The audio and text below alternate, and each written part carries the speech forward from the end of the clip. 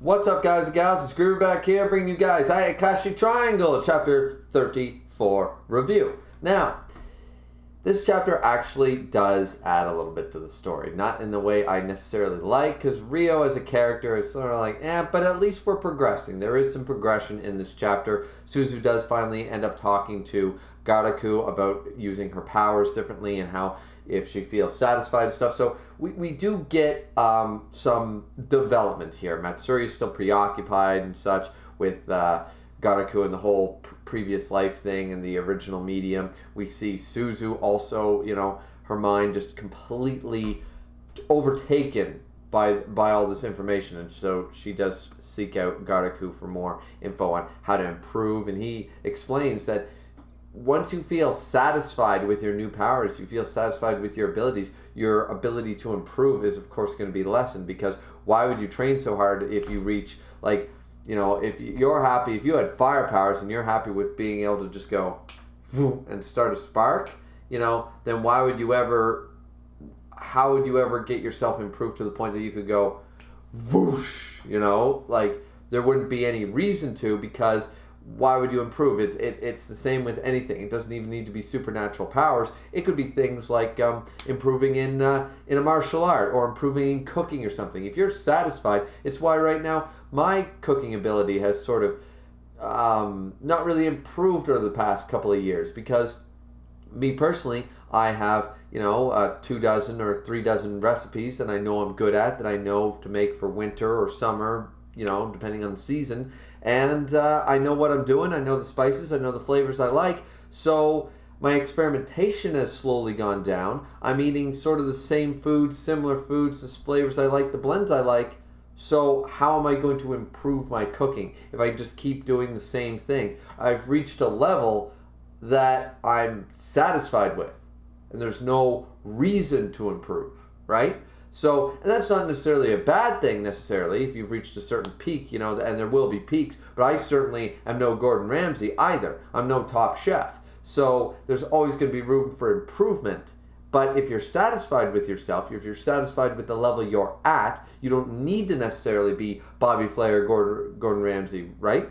So if you don't need that, then if there's no drive to become that, reach the top, become Hokage, become the Pirate King, then you're sort of going to stay at that level. Your level of improvement, the percentage is going to go way, way down. And that's what Garaku is really explaining to Suzu here in not so many words as I'm using, but I think it makes a lot of sense because it applies to us in the real world. That's just how humans are. When we're satisfied with our level, our abilities at a certain degree, there's no real reason to jump tiers, jump degrees, jump anything, right? So there is that. And we do have that in a lot of shonen as well. We have the reluctant hero to improve, and then we have the one born with natural talent to improve, and et cetera, et cetera, et cetera. And given a reason behind it, even as far as it's, decades in the making, Frieza finally had a reason to train. It's the same thing. No reason to improve if you're that strong, so why bother? And that was his whole crutch, right? So there is definitely a lot of evidence behind this statement, and it's making a lot of sense. So this chapter was more about a self-improvement for Suzu to be able to use her abilities and stuff, but also to introduce us to Rio as she was the culprit. It wasn't a new presence or whatever, because we also have Shirogane noticing this presence around. She was using an invisibility cloak from Harry Potter. And then Ninokuru and Matsuri also notice it when he's talking about, yes, I see. And I love Ninokuru because he's sort of like us, inserted a little bit of fourth wall breaking, and especially where I have been using comparisons to Inuyasha very heavily when talking about the past life trope or the reincarnation thing. It's he even says it here, the past life trope is so strong, even stronger than the childhood friend trope. And he's like, wait, what? There's only one thing you can do. Take it upon yourself that a childhood friend is superior to a past life connection. Do it for yourself. Do it for love. Ninokuru is so passionate about this, and it's Popo there, Ponosuke, who says Ninokuru is a huge fan of romance mangas, and I don't blame him. I love my element of romance. Romance really makes most stories for me feel complete. Without good romance, of just even subtly in the background with a nice couple of characters you like or something. Like mine, for example, in Bleach is Urahara and Yoruichi. It's not really showcased at all. That you could argue they're not even in that type of relationship. But there's just enough subtlety there for me that I'm like, good to go, right? So there's always needed to be a certain element of that, and it's nice that we have a character sort of representing me. It's all about that romance. It's all about the romance for the manga, right? But they, as I said, they all notice it. Everybody's noticing this, and it's just Rio in an invisibility cloak, in a deathly hallow. And then we do get, once again, the improvements here by Suzu, and pervertedness ensues. But the other thing to note is that her grandmother Rio is going to transfer to the school, so this is more of also a level of progression, because now the love triangle, or love square, I guess, or love hexagon at this point. God, there's a lot of characters in love with each other.